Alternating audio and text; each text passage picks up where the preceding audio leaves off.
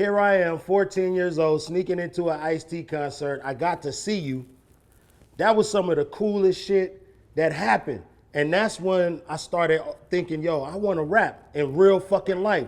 This man just jumped out, everybody all over us, you know what I mean? He'd go through the back door, throw me the little, you know, what up, and just keep moving. I sneak in behind, you know what I mean? And now we sitting here full circle.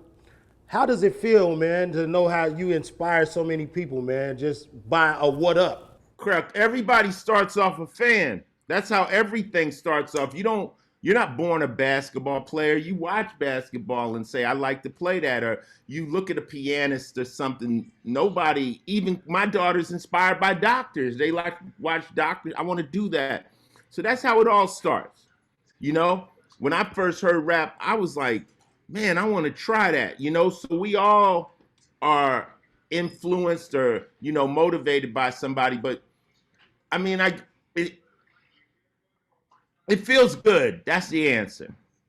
That's the answer that, you inspired people. I remember when we used to play at Celebrity Theater in Arizona, and Cube used to come to the shows before he was rapping. And, we let him in the show, and me and him has been like brothers for years and years and years because that's what it's all about. That's what it's all about, man. Somebody sees somebody and you're inspired. I mean, I could have inspired you to do some negative shit if you met me when I was in my negative zone, which would have been bad, So for, fortunately, you caught me when I was doing something positive, and look at you now, Slaughterhouse, your illustrious career, nobody can out rap you. So you basically you put that work in. You put that work in. So, that's why you're respected as a top tier MC.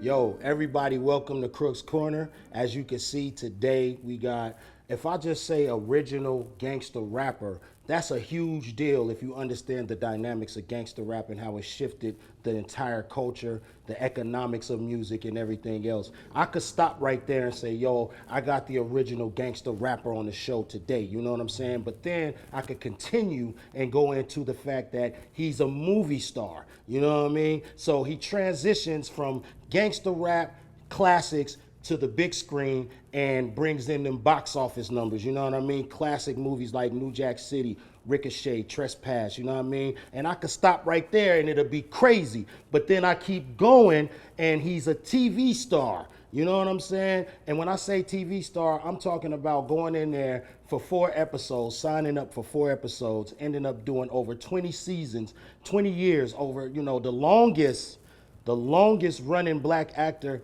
in TV history on a series, you know what I mean? So all of these accolades, all of these things is all, I'm just breaking this down for y'all so y'all can understand how much I'm honored to have this man on this program. This is what I built this platform for, is to have the legends on here. And right now I have the iconic Ice-T. Welcome to motherfucking Crooks Corner. What's happening, Ice? Hey, it's love, man. I apologize for the Zoom. You got at me and I was like, man, I'm stuck in New Jersey. I got a day job, New Jersey, New York. I live right across the river, so I see New York from where I live. And you hit me back, say, yo, Ice, I'm knocking at your door. I'm like, I can't make it to you, but let's try to Zoom this. And you said, done deal. Yes. I said, when? We said tomorrow. Here we are. Oh man, can't believe it, man. You know what, man? Let's talk about early West Coast hip hop. I see you on Twitter doing your thing all the time. You're like one of the most active superstar celebrities. You really get in those Twitter streets and talk to the people, and you give them game every day with the ice cold facts. You know what I'm saying? And you see how we be in there talking rap and things of that nature. I want to know. A lot of them always ask me, the rap connoisseurs that I talk to. They say, "Yo, show us West Coast hip hop history. Teach us about West Coast hip hop history, because there's not a lot and it's not because of the hate, but when it comes to rap media, the West Coast is kind of lacking in, different, media platforms to tell our story completely in this time and day. So let's take it back. I could break it down from day one, and starting off with Twitter. I enjoy Twitter because I always wanted to be able to talk to my fans. I used to have a fan club, and I would get letters on the back of the albums. You would write a letter, and we would try to correspond with people that wanted to talk. Of course, when you're on Twitter, there's a lot of idiots that just got dumb shit to say, but unfortunately, you could block them or mute them. And if you can organize your stream to where it's really people just conversating with you and got respect, it's a cool platform. The dumb fucks, they're just going to say dumb shit, but I don't want to let that harm the people that really are getting something out of it. And I enjoy it. So that's why I'm on Twitter. As far as hip hop and the West Coast started with a techno sound. West Coast, the earliest music that I remember that was made by the kids out of LA would be the techno stuff that Uncle Jam's Army was doing, that Egyptian Lover was doing, that Bobby Jimmy and the Critters was doing, Arabian Prince. It was more of a techno stuff, all based off the Kraftwerk thing. Right. And I was in the Army at the time when all that stuff started to happen. And because I was in the Army, I was with cats from New York. And cats from New York had tapes. Hip hop, the first generation of hip hop, people always talk about generations, but the first is unrecorded hip hop. It's tapes. It's before people start making records. So that's those flash tapes. That's those in the park tapes with guys MCing and stuff. And the New York cats with Floss, and I was just fascinated with it. I was like, this shit is hip hop. One thing about hip hop is a very intoxicating culture. And you can get in it 4 different ways. You could be a graffiti artist. You could be a dancer. You could be a DJ or an MC. A lot of us did a few things trying to find our niche. When I came out of, I was dancing when I was in high school. I was locking, So coming back into LA, I wanted to run parties like Uncle Jam's and Bay 5 and all those different cats. And I had stereo equipment that you get from the PX. When you're in the military, you can get all that shit. I had all the big Kenwood shit. I had amps and shit. But hip hop had just dropped. Sugar Hill Gang, Curtis Blow, and all that stuff. And pre that, Crook, I was making gangbanger rhymes. Now, I did not know about hip hop or rap, but I used to do toasting like the Pimps and the Players did. So I would write gangbanger rhymes to keep the Crips off my bumper. Now, I'm not a gangbanger. I've never jumped into a gang, but I went to Crenshaw High School, which is basically 6 O's, Harlem, 8-Tray Gangsters, and Hoover. Those would be the 4 main gangs that were in my school. So I'm affiliated with all them different sets. And Van Brim's, Van S Boys, but they moved over and went to Manual Arts. The Bloods kind of left Crenshaw and went to Dorsey or Manual. But Crenshaw became like a Crip school. The reason people always connected to the 60s is because Crenshaw is in the 60s. It sits in that particular hood. So anyway, I was just saying rap shit to kind of keep these Crip niggas off my bumper. You know what I'm saying? If you can entertain these niggas, then you ain't got to go on no drive-bys. You ain't got to do no shit. So I would say shit like, strolling through the city in the middle of the night, niggas on my left and niggas on my right, yelling, cut, rip to every nigga I see. If you bad enough, come fuck with me. I seen another nigga, I say Crip again. He say, fuck a Crip, nigga, this is Brim. So we pulled out the Roscoe. Roscoe said crack. I look again, nigga was shooting back. So we fell to the ground, aimed for his head, one more shot. The nigga was dead. Walked over to him, took his gun, spit in his face, and began to run. So if you see another nigga laying dead in the street in a puddle of blood from his head to his feet, hope it's time all you busters get hip. It's fucking Brim, nigga. This West Side cut real. So them niggas like, yo, make another one of them, cuz. Say my name, cuz. So now I'm doing this before rap. So when I heard rap, I said I could do it. So I came home, and who was here? It was Egypt, like I say, Uncle Jam's, Uh, LA Dream Team. Is in the house. They had another cat, Disco Daddy and Captain Rap. You know, there was just a bunch of people, but they was kind of rapping off the techno beat. Yeah. I wanted to rap off of New York kind of beats, the boom bap stuff. And I started trying to do it. But I was trying to rap like LL. I was trying to battle rap, like nigga this, you know, dog in the wax, you know, I do this. Dog in the wax, bro. With that, you know, the wallpaper, the forum line. Right. That's what we go. I'm gonna let you go, but these are the types of things that open my mind as a writer. But yeah, you know, you got so many rhyme pages, you can wallpaper the forum on Dog in the Wax. You know what I'm saying? But yeah, go ahead. Dog in the Wax and You Don't Quit. And those were records made off. That was when Dougie Fresh and was using Inspector Gadget. So we had the music dun dun dun dun dun dun dun dun. We using the cartoon shit. So everybody was vibing off of everybody. And then one of my homies, Randy Mack from Van S Gang, was like, you need to rap about the shit you rap about. Like, because you understand, I'm in hip hop, so I'm rapping about parties. But my niggas is like, say that shit you say. I'm like, that gangster shit? They like, yeah, nigga. So we did 6 in the morning. Now, that people say, well, that's the invention of gangster rap. But I was inspired by Schoolie D. I was in a club in Santa Monica and PSK came on. And I was like, when I first heard the beat, it sounded like angel dust. And I ain't never smoked dust, but it sounded like, you know, it wasn't, you know, we used to gate the drums and make them tight. This shit was like, and that nigga said, PSK, we making that green. And at the time, everyone was yelling on records. And I was like, this is the coolest nigga. Who is this nigga? Right. You know? And it wasn't as gangster. It was just like, there was one line where he says, put my pistol up against his head, says, suck ass nigga, I should shoot you dead. I'm like, oh, this sounds like one of them dusty gangbangers that'll shoot you, right? So we put on the 808, the B-side to Dog in the Wax, and I just said, 6 in the morning, police at my door, fresh Adidas squeak across the bathroom floor. Same cadence as Schoolie D. And the shit popped off. Yeah. And that really was the first seed of West Coast gangster rap, where once that song hit Crook, it became my identity. Every rapper, you don't necessarily start out with an identity. Like the audience tells you, okay, you're known for bars, nigga. That's what you do. So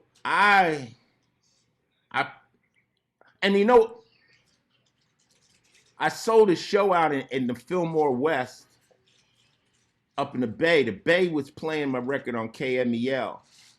And a week later, they called back. We said, we want you to do a show. I said, I already booked one. They said, it's sold out. I was like, word? I couldn't play for 100 people in LA, you know, because they knew me. So that's how, why was that? I was going to ask you, why did you think that the Bay caught on even more so? You never hit in your hometown. Your hometown hates you until you blow up. It's like black people with reggae. So the white people say, "Oh, that's the shit." Oh, wait a minute. We love reggae. Like in your town, the niggas like, I don't fuck with Crook. Crook lives down the street. They just don't look at you as a star. They won't give you that. You know what I'm saying? Yeah, I get you.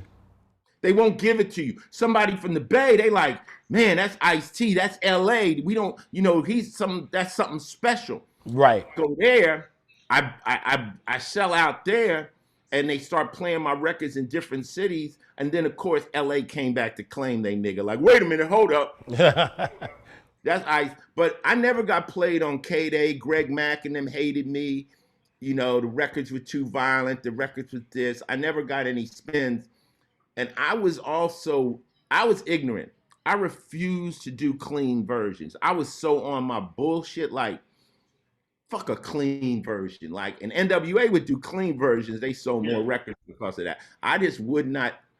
I still have a problem doing them. But, you know, you have to, you know, you kind of hurt yourself. That's kind of like shooting yourself in the foot. But It wasn't never meant for radio.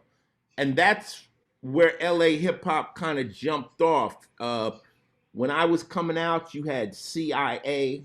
That was Dre and them. They were CIA.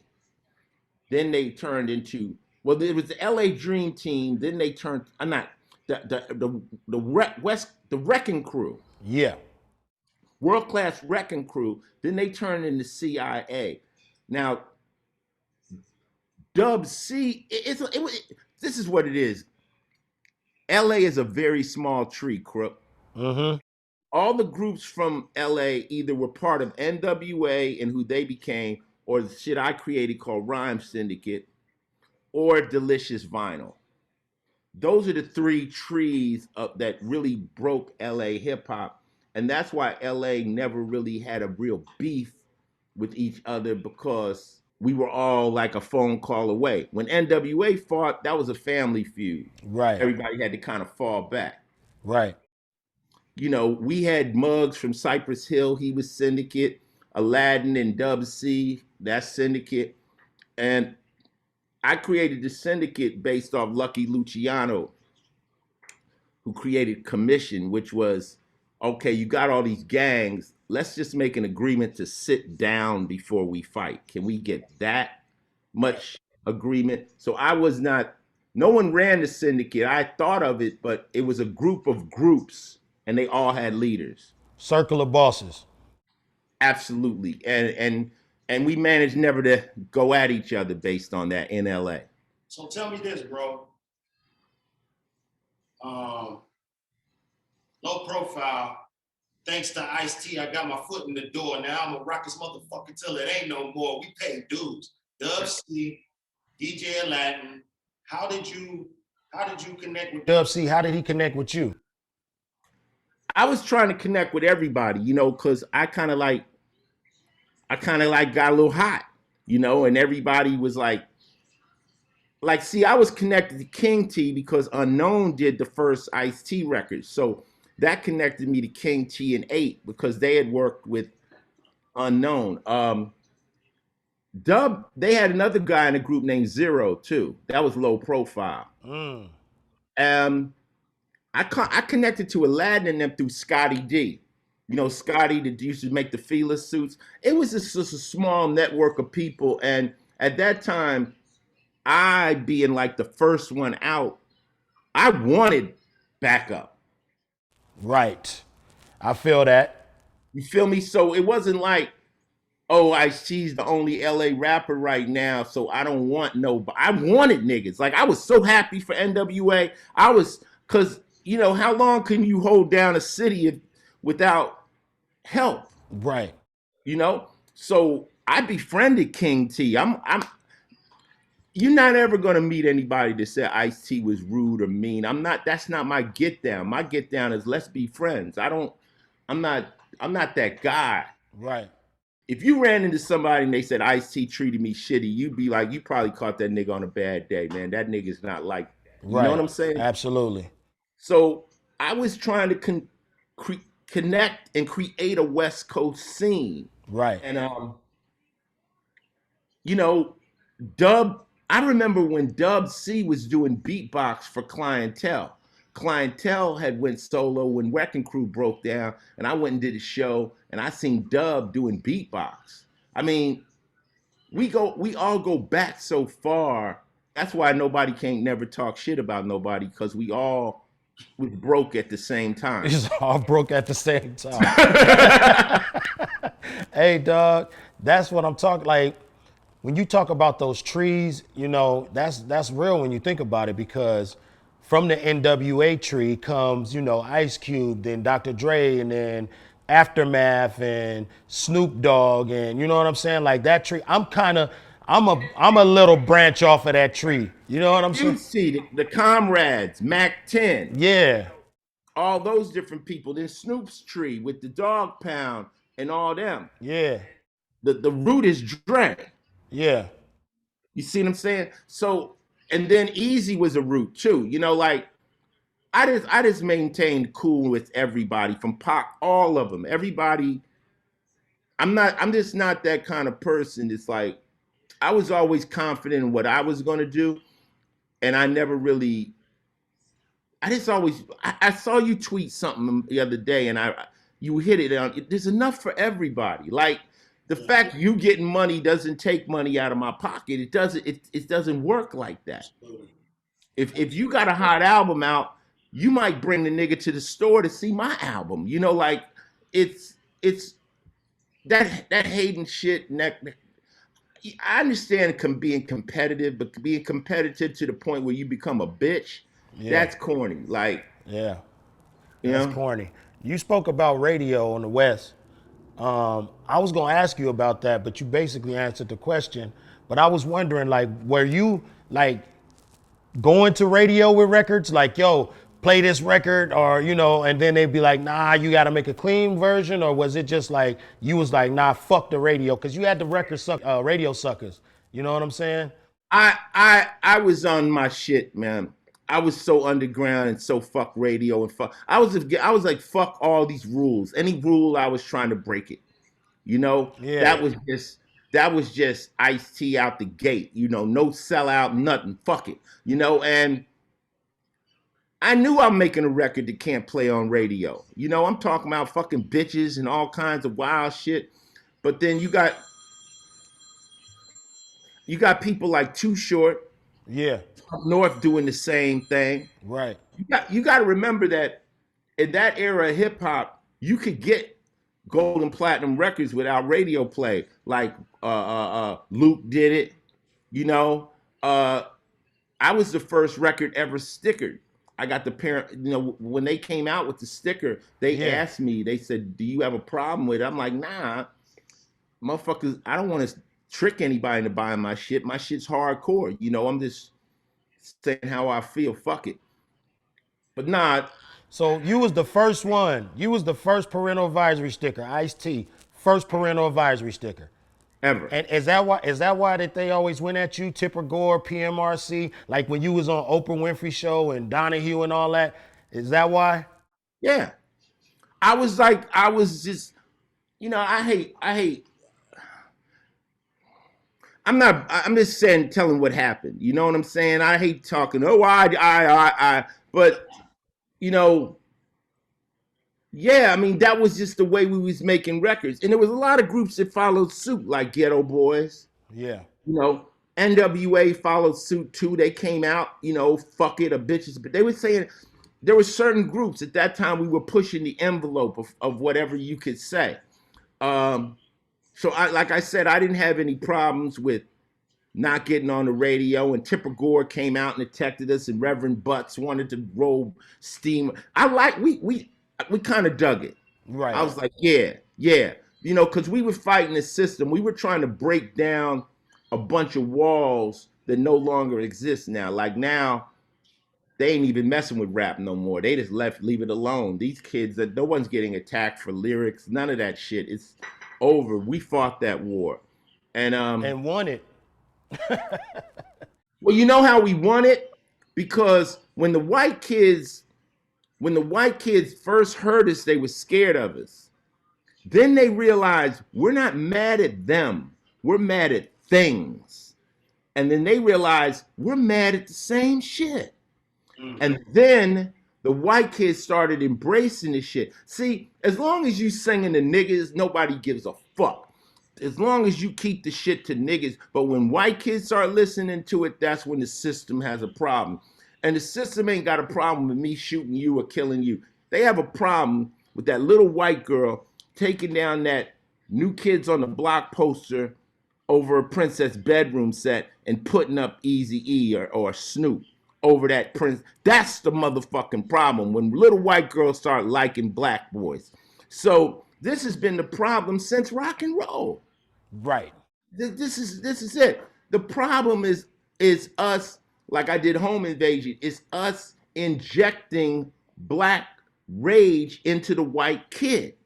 And when the white kid says, when the father sits down with the kids and say, oh yeah, those niggers are rioting down in South Central, and the little white girl says, they're not niggers, Dad, and the problem is police have been abusing them for years, he doesn't realize that his daughter has a Public Enemy t-shirt on. Home's been invaded. He does not understand that. And those same white kids, Crook, voted for Obama. You see what I'm saying? Obama was the first hip hop president. Those white kids that we neutralized and made them realize we're not the enemy voted for a black president because black people only make up 13 to 15% of the American population. So you can't get in any office with just a black vote.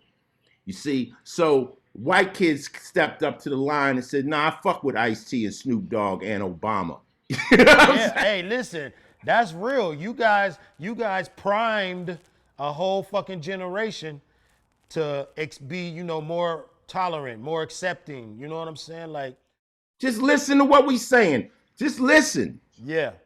Just listen. We not mad at you. We don't even know you, but we mad at some things. And odds are we probably mad at the same shit. Yeah. When I was listening to you as a youth, I felt like you guys were a threat to the system of things. You know what I'm saying? And like, we always thought, man, they gonna kill them niggas for what they said. You know what I'm saying? Like, cause y'all was saying some shit against a system that had a lot of power. You know what I mean? And it was like, damn, dog. We had these conspiracies as kids, like, oh man, I hope they don't go in there and try to kill our niggas, man. He just said he said cop killer. He said fuck the police. He said, arrest the president. You know what I mean? Intelligent hoodlum. You know what happened was, as we came out with our West Coast gangster shit, we got sideswiped by Public Enemy. And Public Enemy's like, and KRS-One. And it was like, okay, it's okay to be gangster, but you also got to be militant. Mm-hmm. You know what I'm saying? So just saying, hey, I'm a dope man and I'm a dope dealer and all that ain't going to get it. So if you notice, as NWA hit with Express Yourself and all these other records, that it started to get not just simply gangster, but you got people like Paris from the Bay. Right. Started to get militant too, and that was essential. That was essential for our growth as West Coast. When Cube went and got produced by the Bomb Squad, this is all part of the growth of hip hop. As we not simple as you want to make us. You know what I'm saying? Right. Like, even though Pac and them was like thug life, I'm like, I ain't never been no thug. You know what I'm saying? I'm not no thug. I'm a motherfucking mover. I make things happen. I might have some thugs on my team. Right. I'm not no motherfucking thug. You dig what I'm saying? But I understand that energy too. Yes. Kind of like, whatever you don't like about me, that's who I am. So you don't like thugs? Okay, I'm a thug. That's what I am. But Pac was way more than a thug. Way more, yeah. Way more than a thug, Absolutely. And we ain't getting nowhere just being thugs. We got to be, masterminds, and we got to be, able to, a general must not only be courageous, he must be wise. So we have to, use the brain too, So not these all the time. Exactly. Do you think when you listen to rap right now, do you think that there's any artist that's out there pushing the line the way you guys did and carrying on the torch? I think rap is coming back to full power. I think, there was a lull in hip hop, like all music, where, it got a little ringtone, it got a little simple, too much, what they use for the voices to make auto-tuning. But I think bars are coming back. See, everything goes in cycles. So you can only be musical so long, then it's going to come back. And you look at like Benny the Butcher and them cats, and of course, then if you really look at the high echelon rappers, it's like Kendrick Lamar, it's like J. Cole. I like this new kid, Corday. What's his name? Yeah, Corday. Yep. Corday is dope. JID. And Merkham's, who you rock with, and RJ Payne, who you rock with. They spit crazy. I like bars, you know. I mean, me myself, like, see, when I was rapping, I realized when I first heard Das Effects and Twister, I thought I was gonna have to quit because I'm like, I can't rap like these niggas. And then I referred to Too Short, and I'm like, well, Too Short got a fan base, but he's not doing no incredible verbal gymnastics. And that's when I realized you don't have to rap any certain way. You just got to get a fan base, and they fuck with you the way you do it, the way Rakim does it. You know, I grew up listening to Houdini. Like, this shit is still dope. So if you're not going to go in heavy bar battle rapping like you guys, it doesn't matter. It doesn't mean you won't be able to sell records. So I got off when Chuck D said, I don't rhyme for the sake of riddling. Yeah. And at that point, I said, I got it. So like one of my records, I say, I check your style, although you rhyme quicker. No matter what you do, I'll always lace mine thicker. Jealousy will make a fool die quicker than liquor. Watch your back with your nigga, because that's right where he'll stick you. So my thing was like, I'm not going to out rhyme you, but I'm going to say heavier shit. Yeah. So within the same amount of bars, niggas will feel that same, because I'm a battle rap fan, and you can rhyme 300 bars. A nigga could take you out in 8 bars. Yep. With the right lyric, you know? Yeah, exactly. Once I found that comfort in like, you know what? Just do Ice-T shit and stick with what you do, you'll be okay. And I managed to sell millions and millions of records to a fan base that likes the way I rap. And there's people that can't stand it. Oh, Ice is what? That's cool. I ain't never been on no top 5 lists. I ain't never been in nobody's list, but I've lived a very, very great life off of this hip hop shit. But wait a minute, because if we sit here right now and we say, name the top 10 rappers to ever come out of the West Coast, you're gonna be in the top 5 for sure. Yeah, well, you know, Dick Wolf said if you create the right list, you could put yourself on anything. You could say hey, top 5 light-skinned niggas with green eyes. You know what I'm saying? So I mean, Q put me on his top list. Yeah. And he's on mine. You know, at the end of the day, all you want is respect from your peers. That's all you want.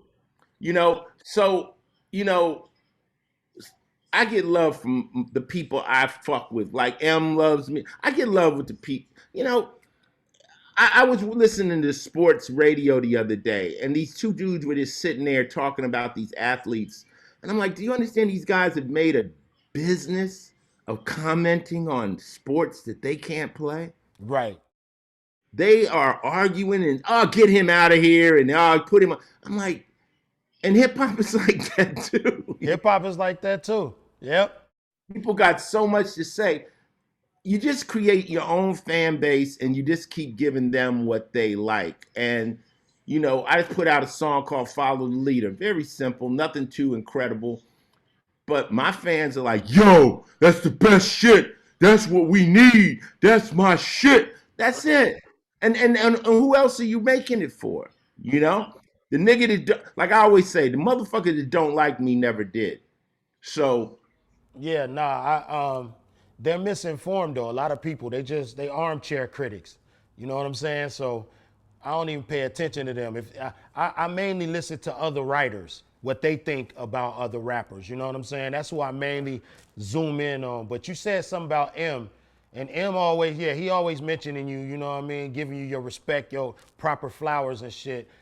I remember that Art of Rap documentary that you did where you was talking to M and he started spitting he was spitting the freestyle, talking, doing the Tretch shit too. Yeah. You know, shouts out to Marshall Mathers, that's the homie right there. But what influenced you to do Art of Rap, bro? Well, let's go to Eminem. Okay, let's talk about M. Let's talk about Marshall. Cause you put out a white boy before that, you know what I'm saying? I had M's tape. I had the tape of him where he's talking about putting his girl in the trunk.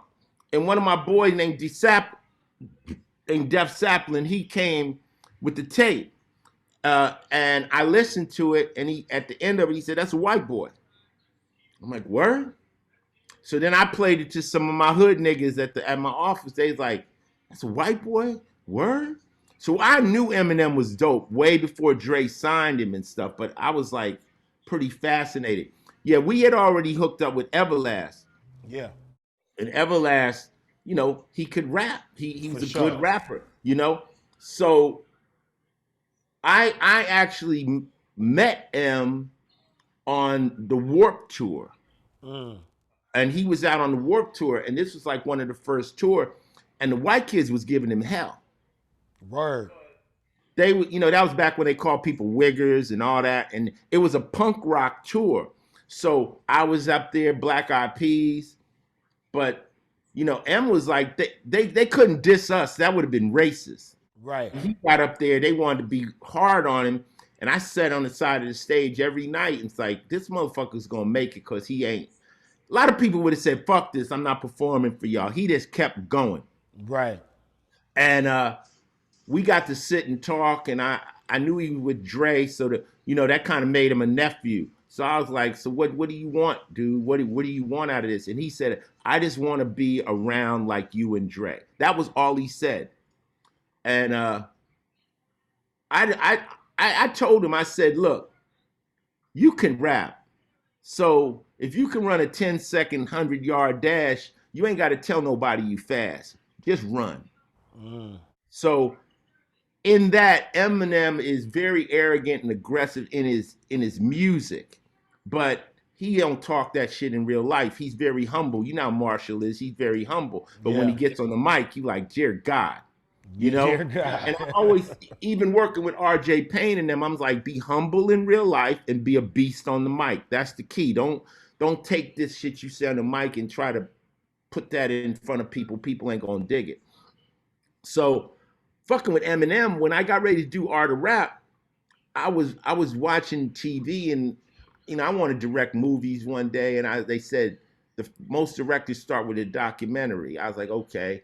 And they said, always go for it. Business says always start with the lowest hanging fruit, something you're the most familiar with. So I said, well, I could do some street shit, or I could do some rap shit, but the rap people are stars. So I actually, real talk, I just went through my phone book.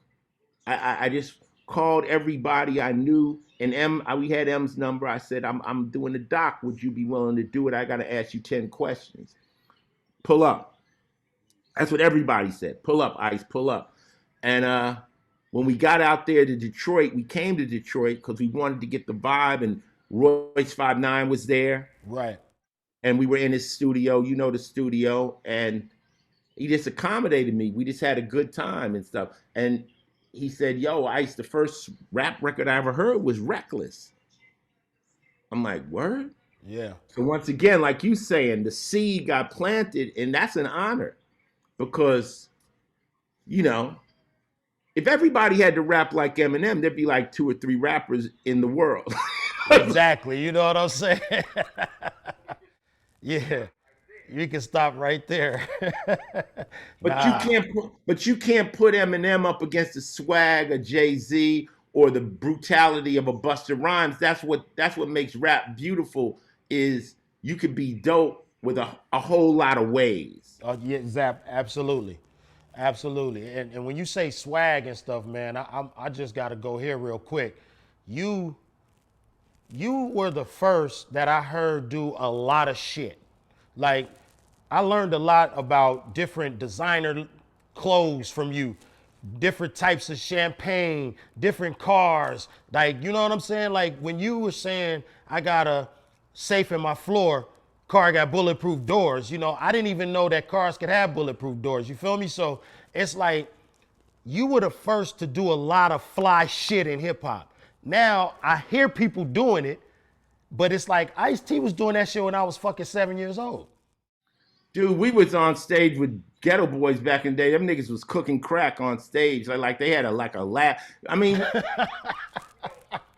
we used to, the bulletproof vests, all that shit. We used to match pits on stage, bring them out like wild shit. The thing of it is I'm older than you guys. I'm much older. So I was, hustling ever since I was, in my 20s. I didn't start rapping until I was 27. So I had actually lived a real hustler's life and been around, you know, like I said, the only bird you ever seen was at Popeyes, nigga. Like, niggas ain't never really seen it. And so I was overloaded with the shit, you know, but it was too early. Like, you got to remember, like, when Jay-Z came out by then, everyone had caught up with the hustling. 10 years earlier, when I'm saying gold rope wearer, neighborhood terror, can't hang around my mother because she says I scare her, got light sunburn from too much poolside sitting, cordless phone keeps me on because there ain't no quitting, mine's in a money mode, seems like shit explode, bitches on my jammy, got a female overload, young street messiah, professional liar, 19 got a Benz, 21 I'll retire. Like, this was, you niggas was in junior high. So, like, what the fuck is he talking about? Like, it was advanced. Like, I really tell people, like, go back to my first record and listen to it now. Yeah. You'll go, oh, this nigga was saying some crazy shit. But that's neither here nor there. It's just, I'm older than you guys, and it's funny though. It's funny. Even like in LA, people will go, oh yeah, well, Ice-T, you know. Like I just did an interview with Big U, and they like trying to check Big U about me. And Big U's like, Ice is the big homie. I was a kid when Ice-T was out there. So people got it all kind of misconstrued. But yeah, we've been talking that hustling, play and shit for quite a long time. And but my whole thing is I like having rap discussions, you know. I got a community called the Rap Connoisseurs on Twitter, and we like to have rap discussions. And I like to make sure that they on point with their history, you know what I'm saying? Because some people will think that, you know, and Jay's the man, but some people will think that, you know, he invented certain types of rhyming and hustling and the rhymes, and, you know, they'll give the credit to people that, you know, came after you. And I just want to make sure that we use this as a reference point that, nah, Ice was the first one talking this type of shit. I know you love that guy and this guy and that guy, but this is what it really was. I think early in like when we did I'm Your Pusher, we said, your time me to pump up the volume, no problem, the record's revolver, Evil's mixer, I'm the rap trickster, paparazzi's on the bum rush for pictures, Ice, Coolio colder than ever, punk, rotate the wax, then cut an extract, put you up the level to the red light, try to wise. Don't try to size up, you better wise up to the rap criminals. We're on a rise up. We're selling dope. So it's like we start off as the rap criminals, you know? And it was always based. See, when we first started it, it didn't have a name. It wasn't called gangster rap. So it was called reality rap, but I didn't like that because it wasn't everybody's reality. Right. So it was more like crime rhyme. But then Cube came out, and he said, straight out of Compton, crazy motherfucker named Ice Cube from the gang called Niggas with Attitudes. And when he called it a gang, the press said it's gangster rap. And that's when gangster rap hooked in, because that's when Cube said that. So that's why when I came out with my next album, I'm like, well, if this is gangster rap, I'm the original gangster. I'm the OG. Nowadays, niggas say, yo, I'm fucking with Crooked Eye. Before we pop the champagne and all that, I must be, hold on, man. I had a funny story, right? I had a guy in my crew, I won't mention his name, he passed away. But we kind of got him out of the crew. He violated, so we don't fuck with you no more. Right. So MC Hammer knew him from being with me. So I see MC Hammer at an MMA fight. He's like, oh, yo, man, I was with your man the other night. We was getting it in, da-da-da-da-da. I'm like, I don't fuck with dude no more. Hammer was like, word? I wish I would have known that before we popped all them bottles. He says, man, that nigga sure still waving your flag. Yeah. He waving that flag everywhere he go. Yeah, and he's excommunicated. He ain't part of it. He said he excommunicated. Hey, bro. So I want to talk about your acting career a little bit. You know, they say sometimes you gotta be uncomfortable if you want to live comfortably. They say you might have to take yourself into spaces that might be new to you, foreign territory. Was it like that for you when you transitioned into the movies, or was it just easy, just came natural, smooth? Well, first off, you got to remember, I'm not really no rapper. Like, I taught myself how to rap. It was something I found a lane to do something without going to prison. A hustler is looking for money by the path of least resistance. The other chance was penitentiary, out there doing what we were doing prior to this. So when rap came along, all my boys that were in prison was like, nigga, you better rap, nigga. Like, fuck that. You know, this Yeah. you got action at something legit. So everybody looks at TV and says, I like to be in TV, I be in movies. I never get the chance. And when I got the chance to do New Jack City, it was kind of hard because I was putting out the original Gangster album and they wanted me to play the police. And I was like, really? Like, I didn't really know how people would accept it and shit. I called the homies. I like, yo, they want me to be in a movie, play the police. Them niggas was like, word? Could I be in the movie? Like, I talking to niggas in the penitentiary. I'm like, yo, man, I know y'all in the bowels of the devil and stuff, but you know, they want me to play the police. What you think? Word? If I was out, could I be in the movie? Like, no real nigga ever said, don't take that jump for something better. Right. And I jumped and I did New Jack City, and it was a big hit, and that led to, you know, more and more movies. And, you know, it's funny though, even like now, Crook playing the police, I have never, ever had one live street motherfucker, real nigga, not somebody's a sideline hustler that watches it, and a nigga that's actually active have a problem with me acting like the police. Niggas like, get your money, my nigga. Fuck the bullshit. Because anyone out there taking those penitentiary chances would love to have a chance to get it legit. Yeah, for sure. So I've had squares. I've had white people like, oh, you lost your hood pass. I'm like, motherfucker, you don't even know what a fucking hood pass is. You don't have a clue about what a hood pass is. That shit is platinum, nigga. Like, get off me, my nigga. Like, nigga, we giving them out now, nigga. World-renowned, internationally known, and locally accepted, man. Don't get me started on that shit. So anyway, I just tried hard. I just applied myself the same way I applied myself to try to be a good rapper and try to get better. When I got a chance to act, I humbled myself and I said, I just want to learn how to do this shit, you know? And you got to remember, when we did New Jack City, the only reason they used me was because there weren't enough black actors. Wesley had only did like Major League and I think a Spike Lee movie. There was not an abundance. You couldn't have made Black Panther back then. There just wasn't that many young black actors that was active. Chris Rock was just a new up-and-coming street comedian, and they gave us that chance. And when those movies started to make money, more and more black people have now got in front of the camera, you know, thanks to Boys in the Hood, New Jack City, and some of those early movies that really launched a lot of careers.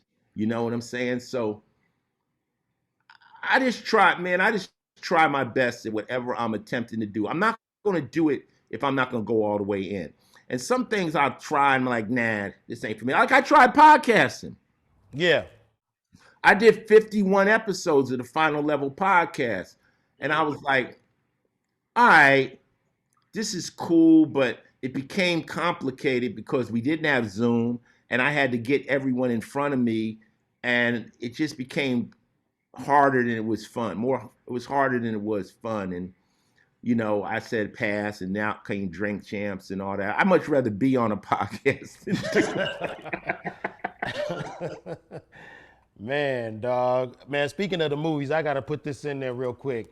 Colors, that motherfucking song right there is probably the #1 rap soundtrack song of all time. You know what I'm saying? I'm gonna say Colors, and then I'm gonna let MC8 get some on #2, maybe Straight Up Menace. You know what I mean? And Growing Up in the Hood. And then you got, turn around, you got the #2 or probably the 3 with New Jack Hustler. You know what I'm saying? And then you got Ricochet. you killed, man. You know what I'm good at? I'm good at defining things. Like I look in my catalog and I'm like, you're like a rap dictionary. You gonna say some of y'all niggas is bitches too. I explain what a bitch is, or straight up nigga, or what a hustler is, or what pimping ain't easy. Like all my songs are kind of like definitions of street shit. And when I get into movies, Colors, it's an interesting story that happened with Colors. They wanted to use Squeeze the Trigger. Woo, that's my joint. And I knew that I could ask to see the movie. If someone ever wants to use your music in a movie, you can ask, I need to see the movie.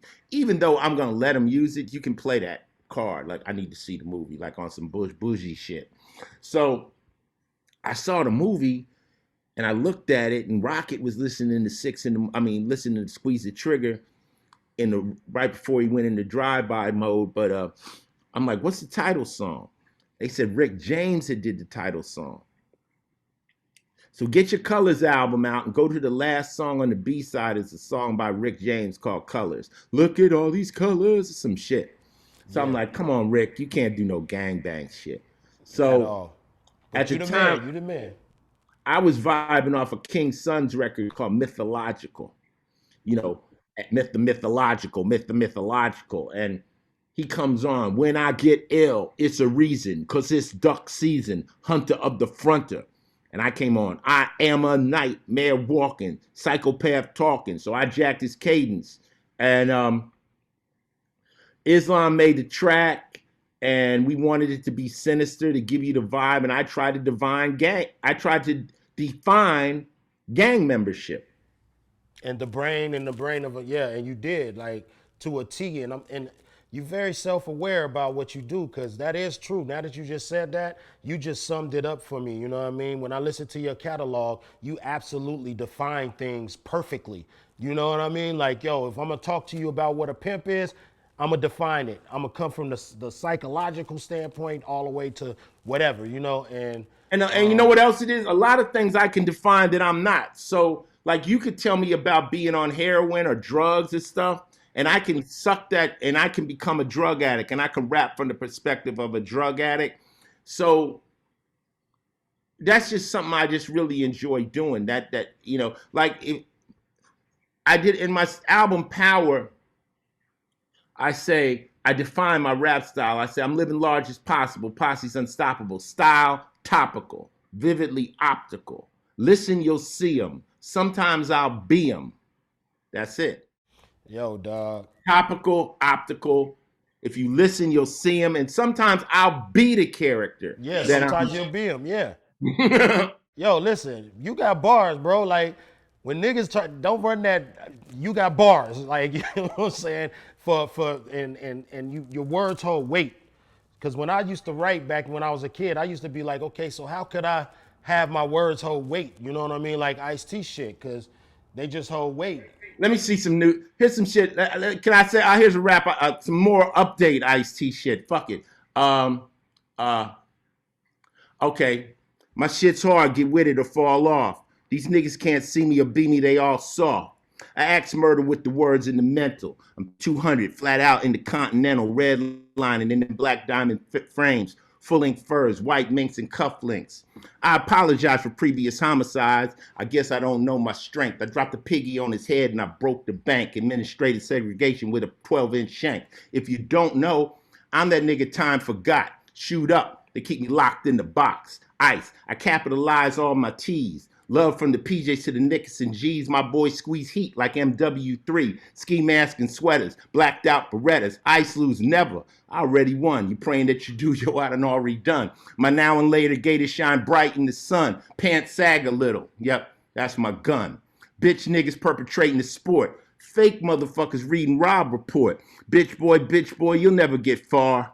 You suck a dick for a play on World Star. I ride hard, black car bent in the tent. It's all good. Too much wood. Players truly hate what they wish they could. I'm golden when I'm rolling all up in your hood. Gang bang, black tie tucks with the upper crust. Step to me stupid outside, I might fucking bust. Stop lying, bitch, let the truth speak. Start dying, no vegan, I cook beef. I'm rough terrain, bad traffic. M16 fully auto with the holographic. I'm so classic, I peel your cap back. Anyone can get it fitted a snapback. I'm that old school nigga with the gray hair, paralyzed, still have you killed from a wheelchair. I said I have you killed from a wheelchair. I think I caught a body about a week ago. Hey. Yo, that shit gives, man, that shit is amazing, bro. Like, you getting better and better. What's the secret of longevity, bro? Loving it. Loving it. You know, I love rapping. And like you say, you see the cats I fuck with. I like RJ. I'm just motivated by, it's like if I was a jazz musician and I seen somebody that could really play the horn, I'm inspired to help them. I'm inspired to get with them. Rapping is about entertainment. And you could say all the greatest bars in the world, but were they entertaining? Did people enjoy them? That a lot of guys can rap, but it's just, I understand what you did. I saw the wordplay, but I wasn't entertained. You know, so you got to be clever, and I just really enjoy it, and I always will. I'm very fond of good rappers, good MCs, good music.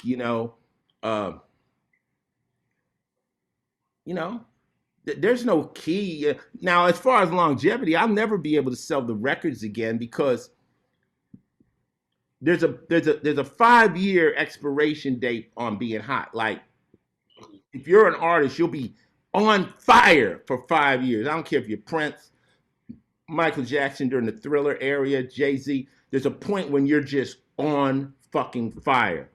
Then you go into another zone where you can do your catalog, and even though Eminem is the motherfucker, he's not. There was a point when he was like a comet. You know what I'm saying? So if you establish yourself during that 5-year period, you could rap forever. You'd be on tour like EPMD, or you'd be on tour like Kane or Wu-Tang. You could be on tour like me. Yeah.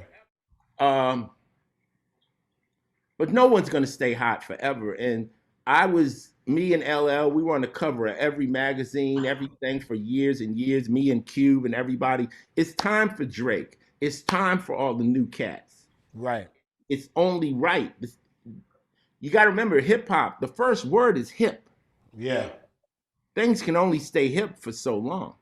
So we're classic hip hop. We're golden era hip hop. We'll stick with that. You know what I'm saying? Yeah, I mean, when I say longevity too, I know a lot of people talk numbers and talk fame and shit like that on rap media platforms, but I'm just talking about the ability to come in the early 80s and then in 2022 spit the kind of bars you just spit right there. How the fuck do you do that? You just keep writing. I mean, I got so many rhymes. Like, I think I do that. I do part of that rhyme in my show.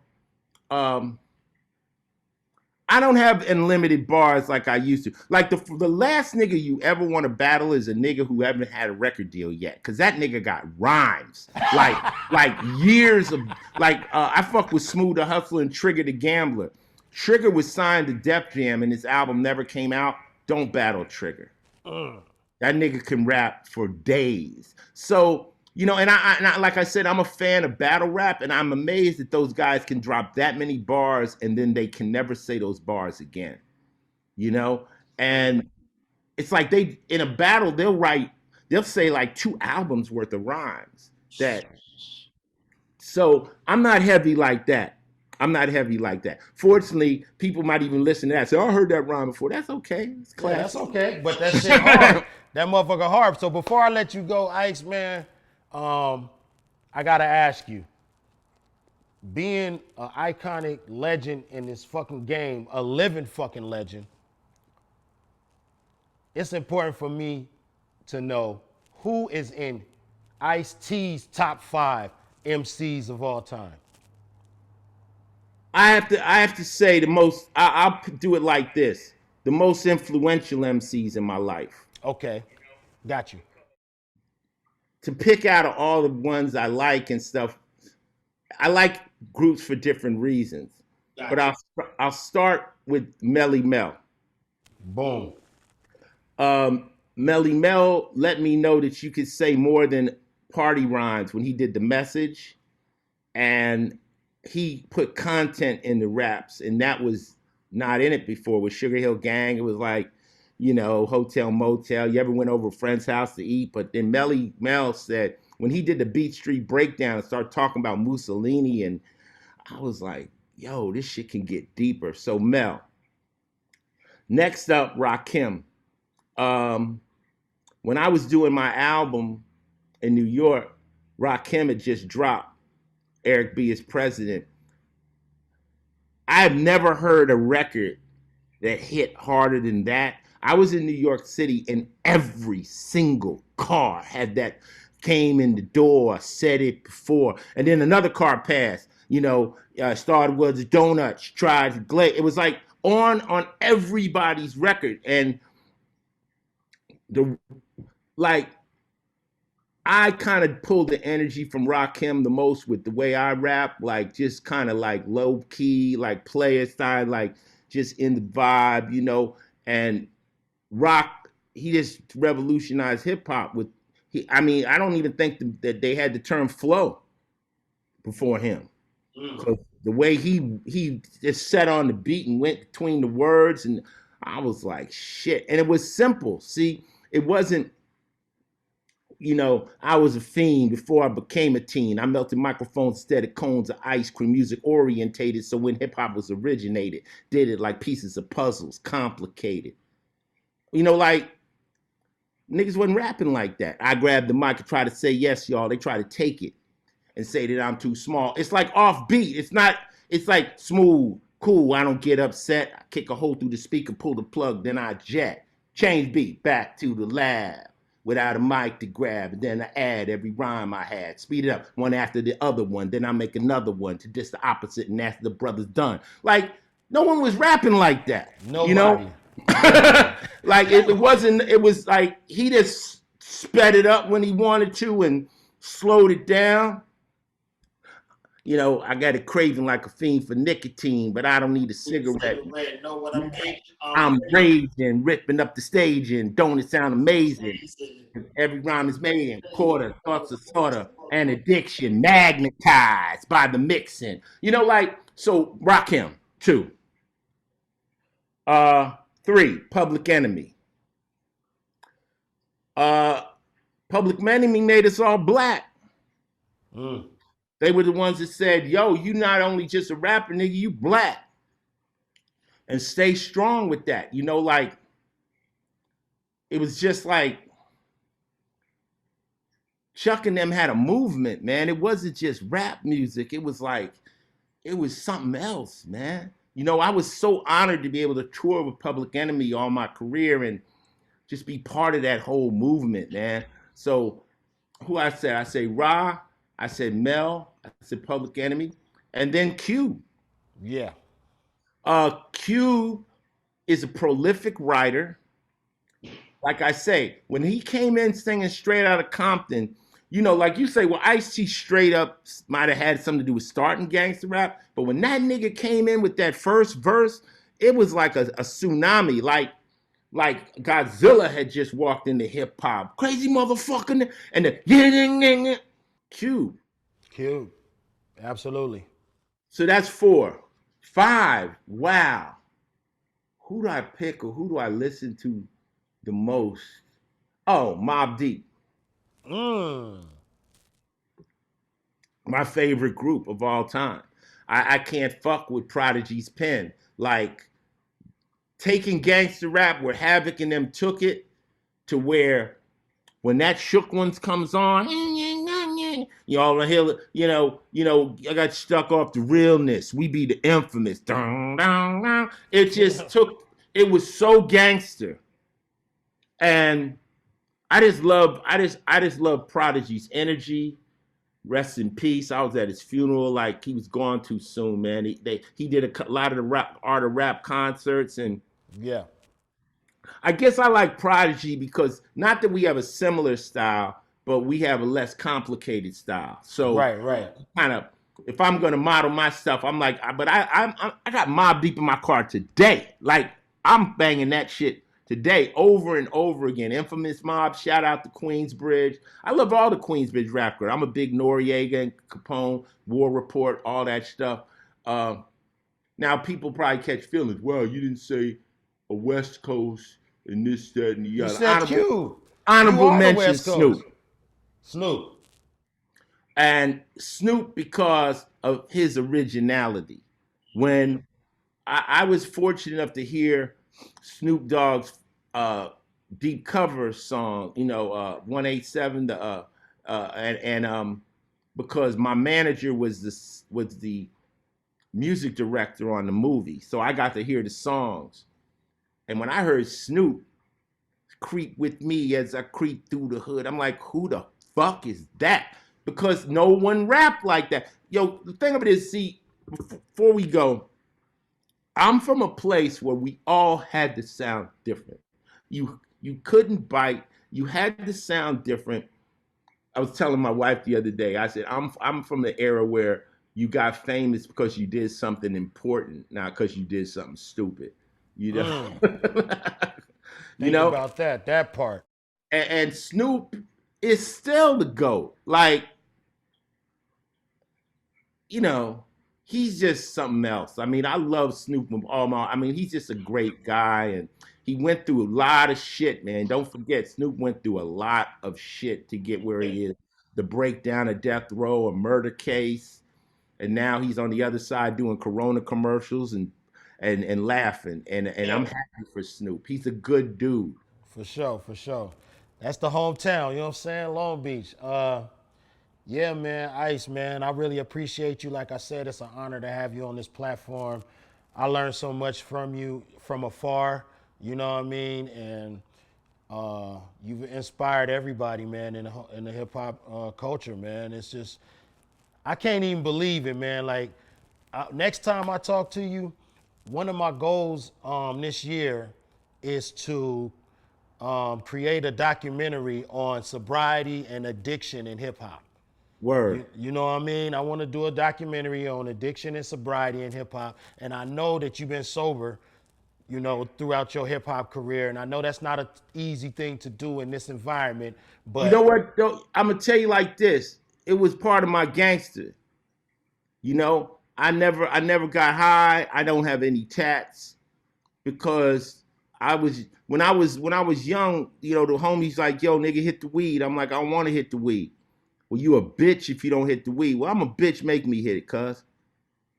Or why you tripping? Why you tripping? So then I became like the sober guy in the clique. Before they had a designated driver, niggas just like, okay, Ice is straight. I could talk to the police. I could make sure everybody got out the club when they start shooting, whatever. I was that guy. And it became a benefit to have a sober cat in the crew. Yeah. Then everybody's sloppy drunk. And I just stood on that. Being drunk never was attractive to me. Seeing people sloppy drunk and girls sloppy drunk. And then also, I'm an orphan. I've got no mother, father, sisters, brothers, aunts, uncles, no living relatives. So I always felt that getting high compromised my position. You might have a brother, so if you went down, there's somebody's job to look for you, not me. If I go down, I might lay on that floor for 2 days. So it was more of a survival tactic. And, most of my guys that are in the penitentiary went in not from selling blow, but from getting high on their own supply and getting reckless, making mistakes, So I drink now. What I call it is I'm a social drinker. I got liquor in my house, but I sip. If I'm out at the club, they got a little cranberry vodka, I'll sip. You give me some shit. I'm not afraid of it. I don't smoke weed, but I've been more high contact high than every nigga out there. My son runs a dispensary, so one day I was in the back room of the dispensary with Dave East, and them niggas was smoking shit like dead body and try this. This is comatose, and this is abortion, nigga. Like, and I was so fucked up, I don't even know how I got home that night. I'm not a drug hater or alcohol hater. It's just my choice. Right. Absolutely. And I think it's an interesting story. You know what I'm saying? And I feel like I don't judge nobody. You know, I'm moving up on 6 years of sobriety from alcohol. You know what I'm saying?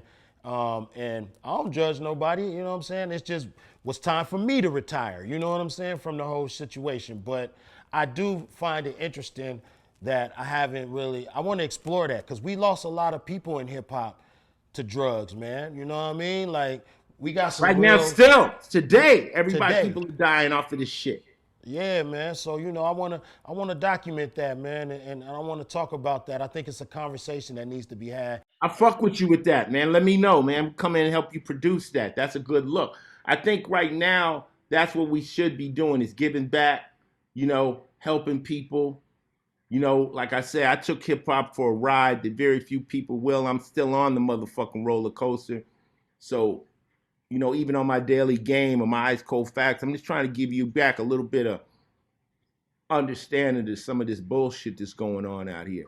Well, hey, man, I usually ask the guests to give some game out before they go, but all you do is give game. So we done already covered them bases, my brother, man. Thank you for stopping by, my brother. I really appreciate it. Here's my final game. Take advice from people you admire. If your boy ain't got a girl, don't take relationship advice from this nigga. If this nigga's unemployed, don't take business advice from him. Look at somebody and say, yo, they got it going on, and that's who you want to listen to. That's a simple code, man. Look at somebody and say, yeah, I like how they got it going on. Maybe they could give you a little game. And don't take it from the haters, All right, but I love you, man. Thank you for having me. Yes, sir. Keep being that lyrical beast, Crook. I already know. Hey, I appreciate it. And all hip hop out there, all the people that fuck with me, cool. Those that don't fuck with me, you just wasted an hour of your fucking time, idiot. Yeah, you sure did. Hey, love you, OG, man. Thank you, bro. All right. Peace. Yeah, Crooks Corner. We out of this motherfucker. Y'all stay tuned for the next one. Subscribe, share, like, do all that shit, all right? West Coast legend in the house today. I got to throw the dubs up, man. Ice-T. Peace.